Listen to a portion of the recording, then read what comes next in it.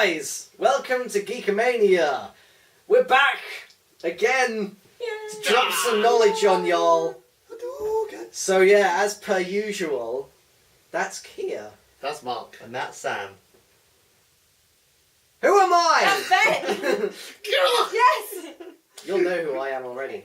But yeah, we are going to be reviewing a couple of films because, hey, it's summer. Films being released. Let's do this.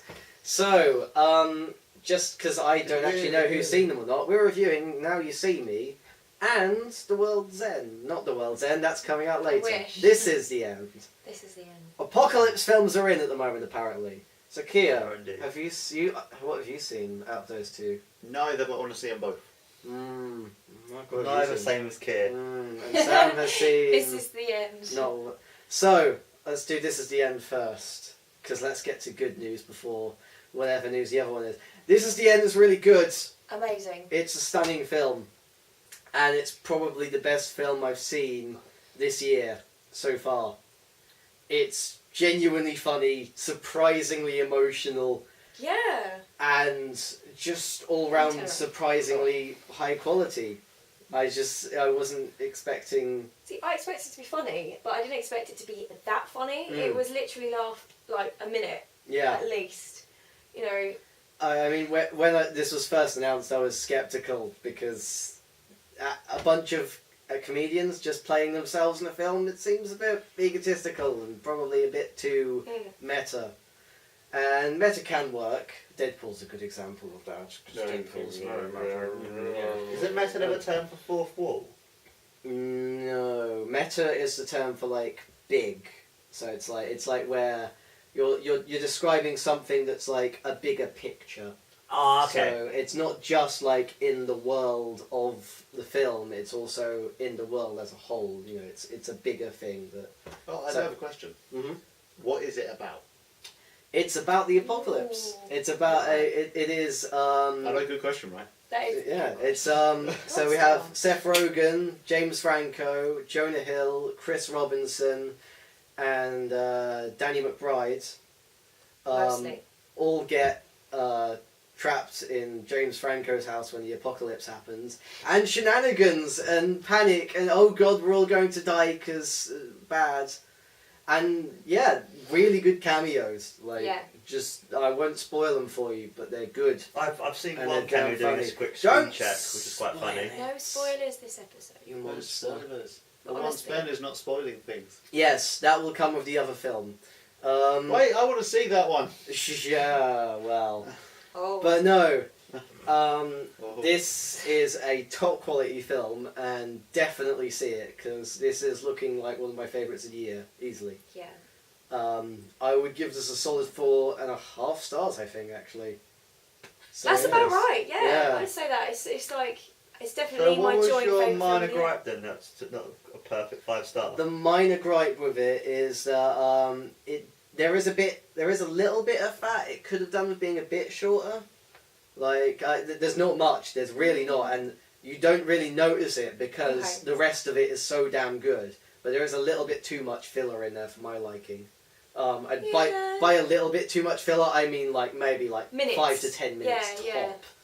And that's not bad for films of this era. Because have you seen Superman? Oh god, is there filler in that film? There's like I chunks can't of the see that. film that are like shouldn't really be funny. Like there's a Yeah. whole section dedicated to a certain chocolate bar and being good this one. And yeah, like that shouldn't. It just should be funny. There's loads of different subjects they use, and you just The performances are great, It's so and good. the comedy's great, and the Yeah. CG is surprisingly good. I was Yeah. not expecting the effects to be this good in this film, but they're actually really impressive looking. And yeah, there's not much I can leverage against it, really. I mean, like, a few plot holes, like tiny ones, that's like the only thing stopping this film from being a perfect masterpiece of perfectness. Yeah. You know, out of all those films, I don't know if there's a name for them, the films where they just pour like A-listers into a bucket and then they throw it onto a film set. That's definitely my favourite. Movie 43! That's my favourite. Like, I don't care about a lot of the other films that are like that, but yeah. Yeah, What do you mean? Expendables was amazing. Yeah, I love Expendables. But yeah. Great, wasn't it, Kier? I really like that film. It was Moving funny. from one of my favourite films of the year to probably one of the most useless waste of time films of this year. Oh, that makes me Now You See Me, and now you really shouldn't. Oh, It's that bad. it's a frustrating experience. This film, it really is. It's Well, an you it's should still see it. You should still see watch because you might enjoy it. Hey, Opinions are like arseholes. Everyone has one. yeah, and we've got an arsehole right over here. But yeah, it's a frustrating experience, this film, because it's a good concept. It's an interesting idea. A group of magicians doing heists. It's a cool concept. I like it. There's some problems. One, there's too much CG. And and when you're dealing with a topic like magic, and especially on film, like you can do this in real life. Magic works in real life because you're seeing it with your own eyes. There's no layers for you to go, oh well, it's not real because it's a film. Adding CG on top of that really takes you out of the experience. I've heard, considering it's a film based on magic, it's really unbelievable. Like It is. It's taken a genuine setting and they've almost made it Harry Potter-esque. It is. Like there's one special effect. This is in the trailer, so it's not too much of a spoiler. But there's one special effect where they make a big metal device appear, and they just swirl some cloths around it, and that's not magic. That is just purely CG and editing. There's no magic involved in that. It's just look at all these things swirling, isn't it pretty, audience? And there's use of weird hologram imaging in this film, which makes zero sense. Why are you just injecting sci-fi into this film all of a sudden? You need to make it as believable as possible. Adding sci-fi does not help the illusion of magic. If it wasn't for At all. effects, would it have been a better film, I think? It would have helped. It would have helped. Okay. Because when I saw the advert, I said it's a good idea. I didn't realise it was that. Yeah, but it's just because there are genuine magic tricks in this, and they're done fairly well. The very opening scene in this is just a very simple card trick, and if you don't really know magic too well, I mean I know it a little. Sam knows it a lot more than I do. And you, yeah, true. We have some magicians on team. But yeah, I knew how that trick worked, but it's a well executed trick, and for it to be on a film, it was done fairly well actually. But it's just the tricks that aren't real really bug you, really do. And they debunk a few tricks, which I don't really like. I like leaving magic to be magic. Say how they do it. Yeah, exactly. I've never been a fan of debunking magic. Well-known tricks. Yeah, well, it's they debunked the rabbit in the box trick, and they put the rabbit in the box and then the rabbit's gone. But that's a fairly well-known one. That's not too bad. But other ones it's a bit more annoying. But that's sawing a lady in half, or no. Well, Penn and Teller already ruined that anyway. And then made it more amazing. Is it kind of like what you see in those old the old TV shows, how magic's you got the man who's teaching you all these magic. Yeah, and it's stuff similar. That's a fairly minor gripe with the film, though. It just adds to the unbelievability of it. One of the big gripes of this film is everyone is a complete douchebag in this film. Every single character is just an asshole, and you don't sympathise with any of them. Even Mark Ruffalo's character, who's supposed to be the guy you're rooting for, he's just a dick, and he's a retard. Yeah. Is he not any good in it? The thing is he is really good. He is selling the hell out of this, and he is doing a grand job. It's just a shame that the character is a douchebag. It did piss me off on the lines in the advert that Jessica Hasberg says. Said the first rule of magic, always be the smartest guy in the room. Yeah. That's not. It's the other way around. Yeah. Always assume the audience is smarter than you. Exactly, yeah. So that griped me just from the advert. Yeah, it's there's a as I said earlier, there's a big misunderstanding of what magic should be. It sounds like they should have had a few magicians on the set. It would have been nice. Yeah, like they they did the Big Bang Theory, where they teach them what is correct and not something about these different sciences. They should have done that, as you said, for the film. Maybe you got proper magicians. It just sounds like they haven't done their. Maybe they did, but it sounds like they've not done their research. Yeah, well, the writing in this film is. This is probably one of the worst written films of the year. Wow. Honestly, the characters inconsistent, incredibly dumb. Like, the FBI are absolutely useless in this film. Completely, blindsidingly dumb. I have never seen, I have seen policemen who are supposed to be dumb in films look way more intelligent than They this. should have got Will Smith. No. Yeah, we'll should have win. had. Yeah. The advisor should have been Penn and Teller. And yeah, Penn Teller would have been amazing in this film. Aw. But it's just a shame because like every actor is selling the hell out of their parts, and like Woody Harrelson and crap, I've forgotten his name. Freaking Social Network, Zombieland. Jesse Eisenberg. That's it. They still have great chemistry, and they're doing bloody brilliant jobs with it. And it's just a shame because all of the actors are clearly committed, except for Morgan Freeman, who kind of just phoning it in a little. Really? And Michael Caine is not really used too much. Really, it's a shame. We love Michael Caine. But yeah, and right, so now the rest of the film I can't really get into without spoiler tags, but spoiler, and apologies to Kier, and to a lesser extent Sam. I'm not sure if you want to see this, but It's fine. That's fine. up until the last 10 minutes of this film, this was a fairly enjoyable ride. The characters were all douchebags, but it's still kind of interesting. It was about a 2.5 star film. Then the last 10 minutes kick in. They jump off a bridge, explode into money. It's a weird CG What? effect that's a bit dumb. What? Yeah, exactly. Yeah, it's like from the trailer. Some of these Yeah, jump on the and bridge they and show that in the money. trailer, and that trick's ruined by the trailer. Like this is a big Kind of thing. a finale. Yeah, in the no.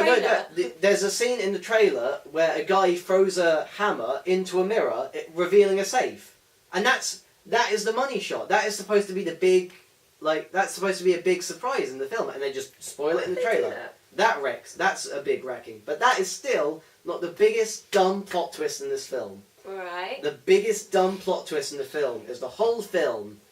It's Morgan just. Freeman's a penguin. Oh, I wish it was that. You know what? That would have been amazing. The whole film, it's Mark Ruffalo. He's a bit of an incompetent arsehole, and he's ahead of this FBI investigation, trying to catch these magicians, and he's failing hard at it. And eventually, he becomes a kind of nice guy, and he kind of gets on with the weird French Interpol lady, and it's all looking nice.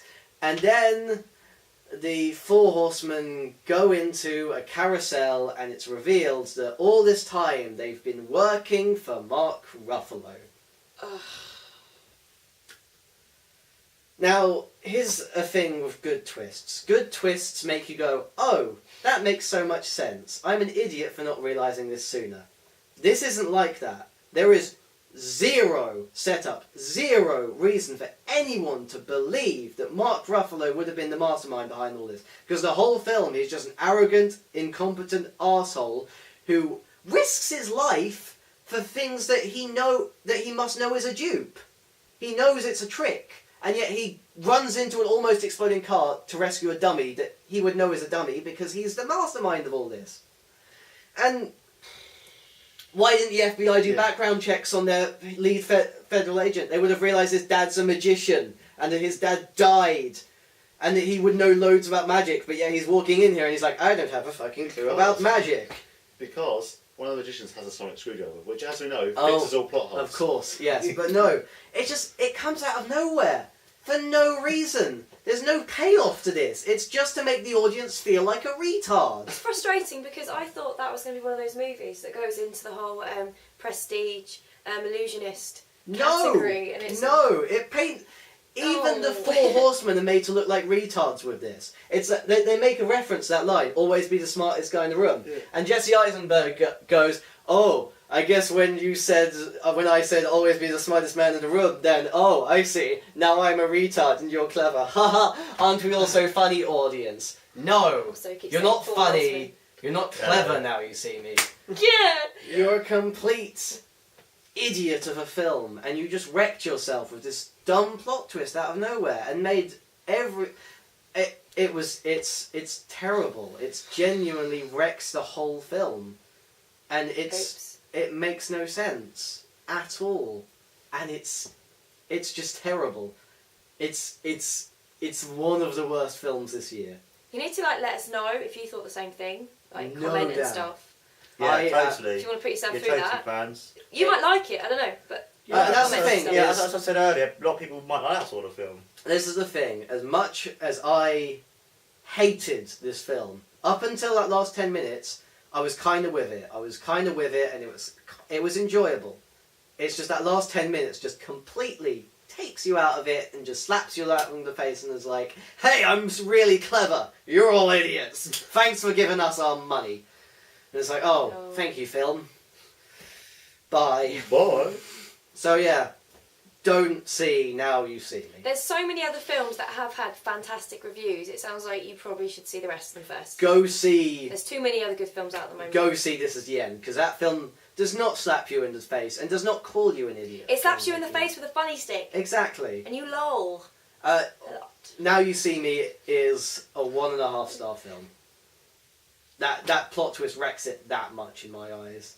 Along with the CG and the douchey characters and the incompetent writing, just purely, I mean, you can make that plot twist work.